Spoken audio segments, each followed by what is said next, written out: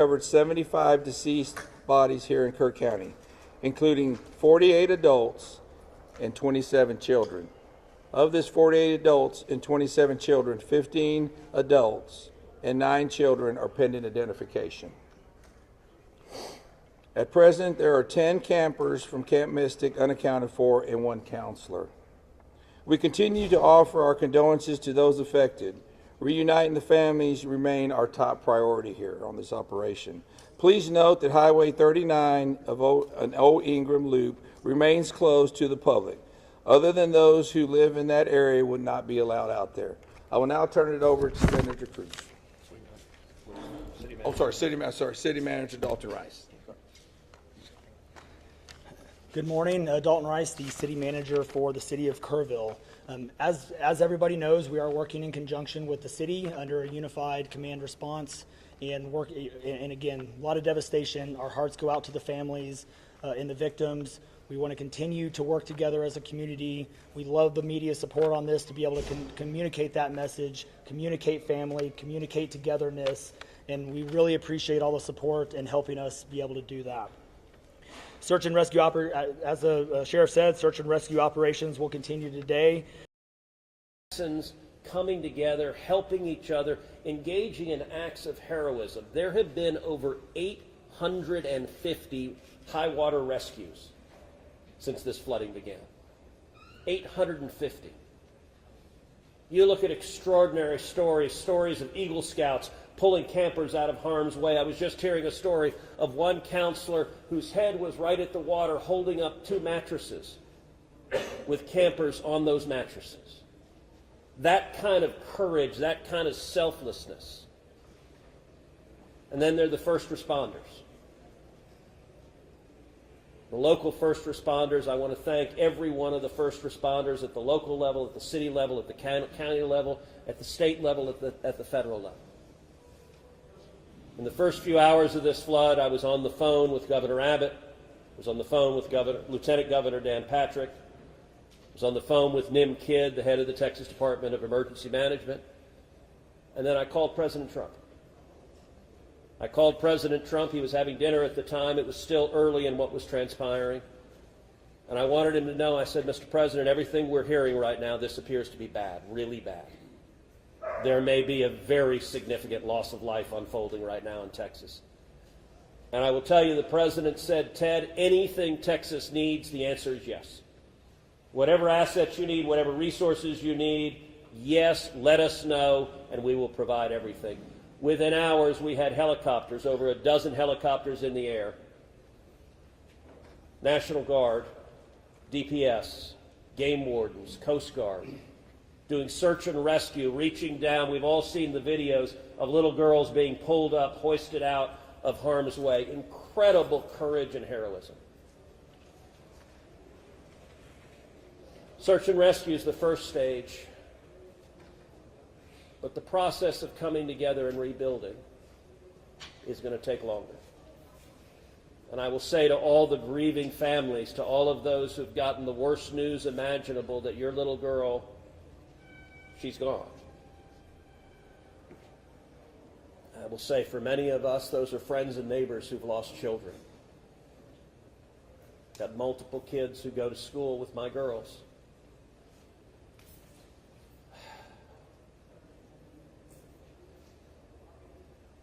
The mayor asked for prayers. And I want to say thank you to the millions of Texans, to the millions of Americans, to the millions of people all over the world right now who are praying for Texas and praying for those parents. Going through this grief, it is going to take love, it is going to take friends and family embracing and hugging and holding them while they weep. And it's going to take the church. With every disaster, one of the things we see here in Texas is the church steps up and the church helps and the church feeds and clothes and comforts. This morning I met with a group of chaplains who've been going through the incredibly difficult process of talking to mom and dad after mom and dad who just lost the most precious person they ever knew. and those chaplains are just trying to love them and show God's love. So I want to say we will come through this. To those in the midst of grief right now, that might seem hard to fathom. But Texas will come through this. And I just want to say thank you. I want to say thank you to these gentlemen here who are working. They are not sleeping every day. Thank you to the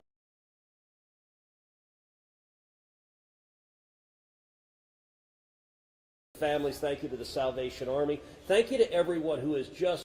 And now we'll take questions. Senator, you talked about how you know kids here, how you've taken your own kids to camp. Was it ever communicated to you that there was a need, that it was a priority to have a warning system so people had a chance to escape something like this? Well, listen, I think anytime you're dealing with major rivers, there's a risk of flooding, and there's always been a risk of flooding, particularly on the Guadalupe River. I will say, in the wake of every tragedy, there are things that are predictable. One of the things that's predictable is that you see some people engaging in, I think, partisan games and trying to blame their political opponents for a natural disaster. And you see that with a hurricane, with a tornado, with a wildfire, with this flooding, where people immediately say, well, the hurricane is Donald Trump's fault. You know, look, I think most normal Americans know that's ridiculous, and I think this is not a time for partisan finger-pointing and attacks. Now, after we come through search and rescue, after we come through the process of rebuilding, there will naturally be a period of retrospection where you look back and say, okay, what exactly transpired? What was the timeline? And what could have been done differently to prevent this loss of life? And that's a natural process. I think it should not happen in a bitter and partisan sense, but it should happen in a reasonable sense of saying, what lessons can we learn? And I will give an example. You know, Houston's my hometown. If you live on the Gulf Coast, we get hurricanes. That's part of living on the Gulf Coast as hurricanes hit. And I do think Texas as a whole has learned over time how to deal more effectively with hurricanes. And so you look here, we know the National Weather Service put out an emergency warning just after 1 a.m. and a second emergency warning just after 4 a.m. Now, obviously, most people at 1 a.m. and 4 a.m. are asleep. And so I think we will have a reasonable conversation about, A, are there any ways to have earlier detection? And some of that, the limits of a flash flood, they're very difficult because they can arise so quickly. But everyone would agree in hindsight, if we could go back and do it again, we would evacuate particularly those in the most vulnerable areas, the young children in the cabins closest to the water. We would remove them and get them to higher ground if we could go back and do it again. Obviously, everyone would. The people in RVs by the river's edge. We know in disasters like this, RVs and mobile homes are particularly susceptible, whether a flood or a hurricane or a tornado, they're particularly susceptible to that.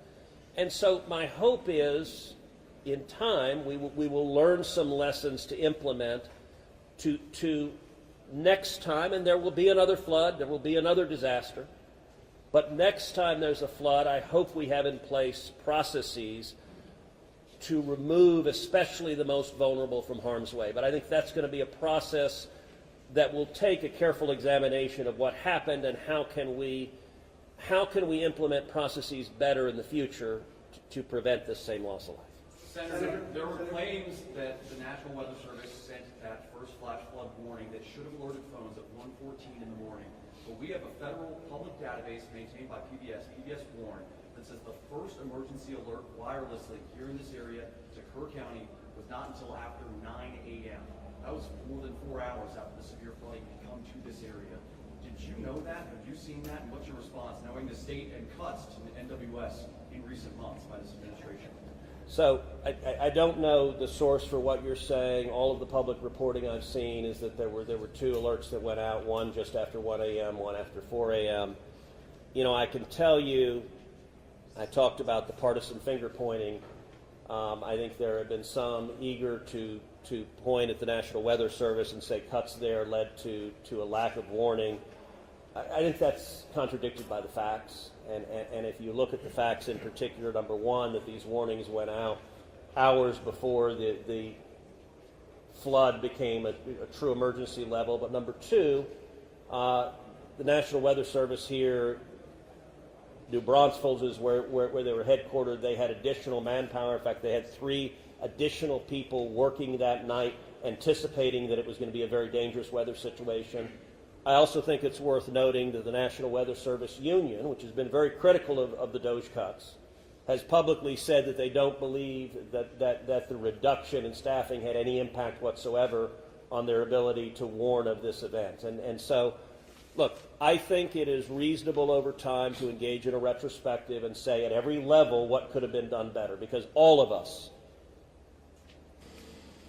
would want to prevent this horrific loss of life. But I think just immediately trying to use it for either side to attack their political opponents, I think that's cynical and not the right approach, particularly at a time when we're dealing with a crisis and we're dealing with grief. But does this make you question whether there should be cuts at the National Weather Service and FEMA? I know you've been supportive of FEMA. Look, I am very supportive of FEMA. I'm very supportive of the National Weather Service. They both perform essential roles, and I think it is critical in every federal agency, particularly when you're dealing with public safety, that we make sure that critical roles are maintained. That's a longer and broader discussion, but as I said, everything from the public evidence indicates that was not a contributing factor to what occurred here. Is it possible to get Dalton in just to talk about that and those National Weather Service alerts? Because there were escalating forecasts throughout the day from the National Weather Service.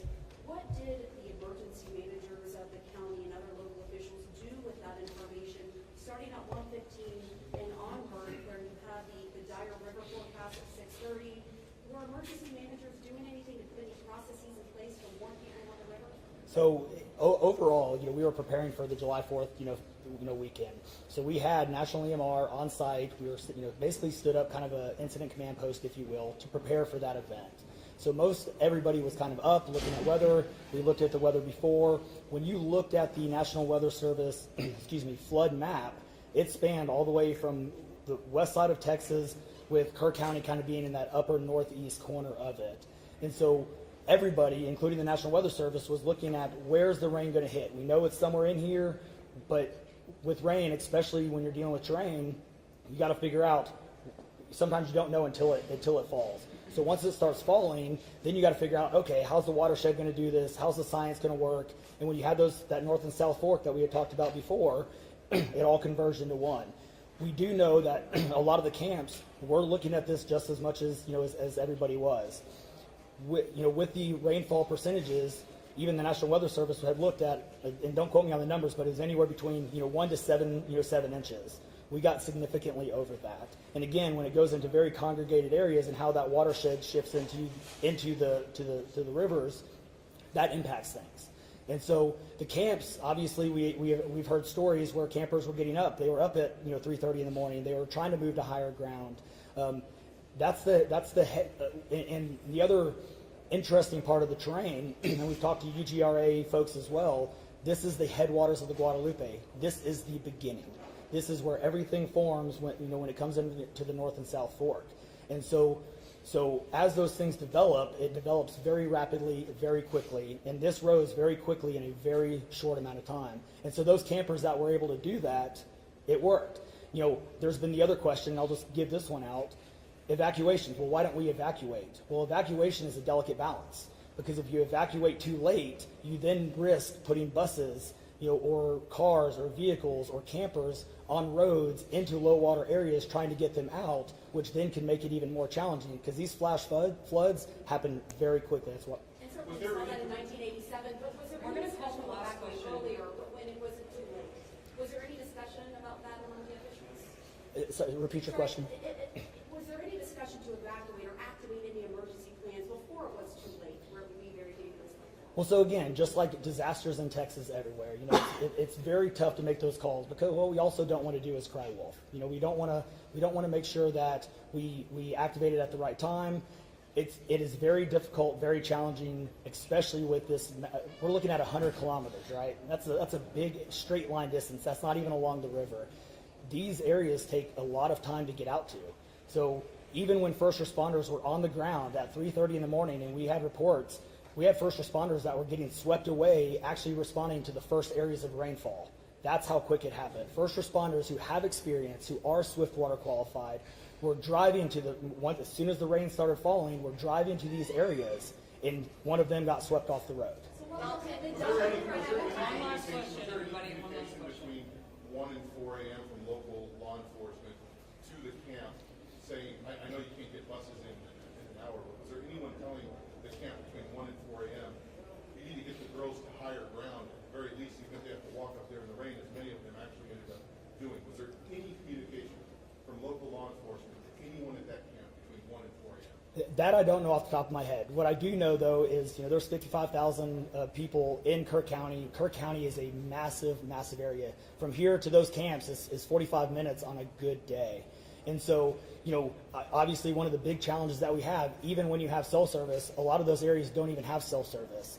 Radio communications towers, radio towers within the hill country becomes very challenging. So there's a lot of areas, especially when weather comes in, where cellular towers are down or you already have bad service. So there's a lot of factors that play and a lot of variables in there on communication that, again, I think as we work through this process, everybody has a lot of questions regarding what are the next steps and what's next. And I think all of these are all great questions.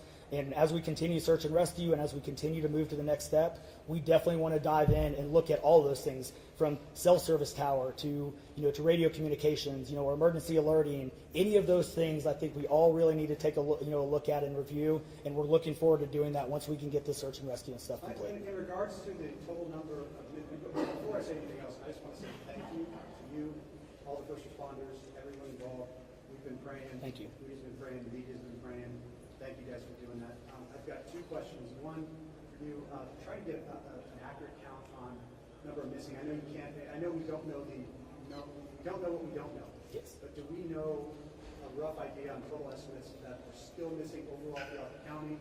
And then one of the follow-up, this may be from Senator Cruz, a lot of speculations being made about this being somehow man involved with the weather modification, with some of the rainmaker technology, working with farmland. Do you think any of that, is there going to be any investigations into that, or can you communicate anything on that? Let me answer your first question. I'm definitely turning that second one over to him. So on the first question, with missing persons, so obviously we have the knowns, the can't miss the kids, which is the numbers coming down as the sheriff has stated, and then we have the unknowns. We don't know what we don't know. We actually have a 5 hotline line. It fluctuates between 3 and 5, but we're working on it. We get calls 24 hours, 7 days a week. We haven't hit the weeks yet, but we're still taking in calls. We are collecting all that information. So we don't have a solid number that we're willing to talk about right now. We do know that it is a lot, because we also are getting a lot of fake calls. You're looking. This is a worldwide discussion, and we're dealing with scammers. Victims' families are being reached out to, saying that they have their kids pay me money. It's heartbreaking. It's absolutely heartbreaking. We're dealing with with mental health issues, where people are calling saying they have visions. All of these things we're dealing with on a day-to-day basis, and we're having to vet this information, and it becomes very taxing on our people. Again, this is an extremely heartbreaking. This is, if not the worst, one of the worst disasters in this region in a very, very long time, even beyond 1987. And but we're best estimate, like dozens or hundreds, or just to give people an idea. A lot. So, Yeah, they're. Not to get into the weeds on, people are asking lots of questions, and where should we start the investigations after? To the best of my knowledge, there is zero evidence of anything related to anything like weather modification. And look, the internet can be a strange place. People can come up with all sorts of crazy theories. What I know is a reality is that a whole lot of Texans are grieving right now. I will tell you, I was visiting with one parent who was talking about online, being harassed online because their information was public, that they had a little girl who was missing at Mystic. And look, there are a lot of people who are messed up, and my call for everyone, there's a time to have political fights, there's a time to disagree. This is not that time. This is a time just to reach out, support each other, go volunteer at the Salvation Army, give them money, go volunteer at your church, go. You know what I did when this happened? Just go hug your kids. because I got to tell you, I hugged my girls with tears in my eyes, because every one of us who's a parent, there but for the grace of God go I. And nothing will fill the void in these moms and dads' hearts, but they'll make it through it. And every one of us, we have an obligation to come through and help them make it through it. And look, Texas will come through, and let me say, Kerr County, the Hill Country is incredible. It is beautiful. And these summer camps, Camp Mystic is an incredible Texas institution. For a century, it has made a profound difference helping young girls become strong women in Texas and across the country. And so, for me at least, I'm praying for these camps. I'm praying for all the campers, everyone implicated, everyone impacted, and I hope we come together and stand as one doing that. Thank you. Thank you, everybody.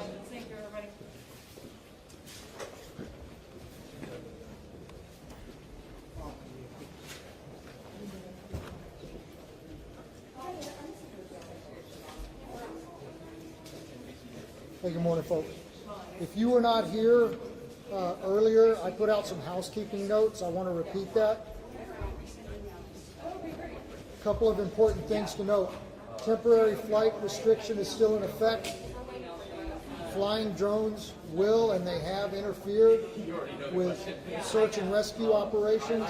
We're asking everyone to adhere with that direction. Hey, excuse me, can we keep it down or shut the door? You bet. TFR is still in effect. We can't have the media flying drones. They have interfered with our air operations, and it has to stop. It's our intent to set aside an hour each day to make some of our leadership available to y'all for one-on-one interviews. This is above and beyond these daily press conferences. These interviews will be 3 to 5 minutes in length, and they're going to be held between 1 and 2 p.m. Obviously, we won't be able to accommodate all outlets each day. So if you're part of an affiliate, we ask that you coordinate with your colleagues from your network and submit one request, and then share that. You can request interviews by emailing our Joint Information Center at jic@kerrvilletx.gov. One more time, that's jic@kerrvilletx.gov, and I will repeat that again before we're done. Our unified PIO team will confirm your interview, your time, and who you're going to be able to interview at least 1 hour beforehand. You're welcome to request specific leadership, such as the sheriff or the city manager. However, given the fluid nature of response and the quantity of requests that we're expecting to get, we cannot 100% guarantee that you're going to be able to speak to the interviewee that you would like to. Footage. Our PIO team will be in the field today, and we are capturing images and B-roll of response and recovery efforts. As soon as it can be made available, a link will be emailed out from our JIC email address for you to download materials for your own use. Contact information. If you were here yesterday, we passed around a sign-in roster. If you signed in yesterday and provided us your contact information, you should be part of our media list, and you should have received a confirmation email last night. If you did not get that email, or if you were not on that list, you can be part of our media list by emailing us at jic@kerrvilletx.gov. One more time, jic@kerrvilletx.gov. I don't know the time of the next press conference. As soon as we have that information, we will push it out through our social media. Thank y'all.